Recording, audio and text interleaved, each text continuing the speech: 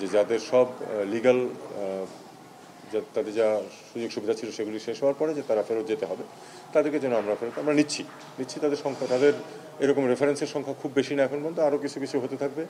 আমি ব্যক্তিগতভাবে মনে করি যে এই ধরনের ক্ষেত্রে তাদের সাথে আমাদের সহযোগিতা করাই ভালো, কারণ আমাদের এক্সপেট্রিয়েটদের বৃহত্তর স্বার্থ আছে এখানে, এবং ইউরোপের সব জায়গাতেই ইনক্লুডিং আপনার ইংল্যান্ড অনেক সম্ভাবনা সৃষ্টি হচ্ছে কিন্তু লিগাল মাইগ্রেশনের, এবং আমরা যদি ইলিগাল মাইগ্রেশন যদি ঠেকাতে না পারি তাহলে কিন্তু লিগাল মাইগ্রেশনের সুযোগটা আমরা পাবো না। আমরা সেটা দেখতে পাচ্ছি যে ইটালির সাথে কি হচ্ছে। ইটালিতে 60,000 পাসপোর্ট আটকে আছে কি জন্য? আটকে আছে আসলে এই জন্য যে প্রচুর ফলস কাগজপত্র দেওয়া হয় আমাদের কাছে। আমাদের এই দুর্নাম আমরা অর্জন করতে মানে আনফর্চুনেটলি আমাদের হয়েছে। কাজে আমরা যদি সঠিক কাগজপত্র দিয়ে অ্যাপ্লাই করি, তারা কিন্তু আমাদের লোক নিতে রাজি আছে, তারাই কিন্তু এই সুযোগ দিয়েছে যে লিগালি মাইগ্রেট করার জন্য।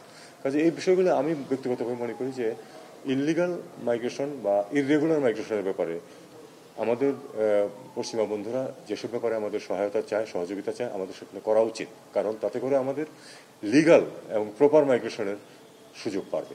না দেখুন, আমি যদি বলি যে নির্বাচন নিয়ে তাদের কোনো আগ্রহ নাই, তাহলে তো এটা সঠিক কথা বলা হবে না। অবশ্যই তারা জানে, কিন্তু তারা আমাদের সাথে কোঅপারেট করতে আগ্রহী। তারা বরং জানতে চেয়েছে যে কীভাবে তারা আমাদেরকে সহায়তা করতে পারে।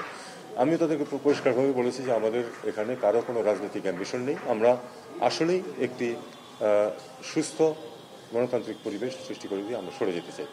এটাই আমাদের লক্ষ্য। তাতে করে যেটুকু সময় লাগে এখনও আমরা স্পষ্টভাবে জানি না, কারণ কতগুলো কমিশন কাজ করছে, তাদের রিপোর্ট দেখ, তারপরে আমরা বুঝতে পারবো যে আসলে কত তাড়াতাড়ি আমরা আসলে এই কাজটা করতে সক্ষম হব।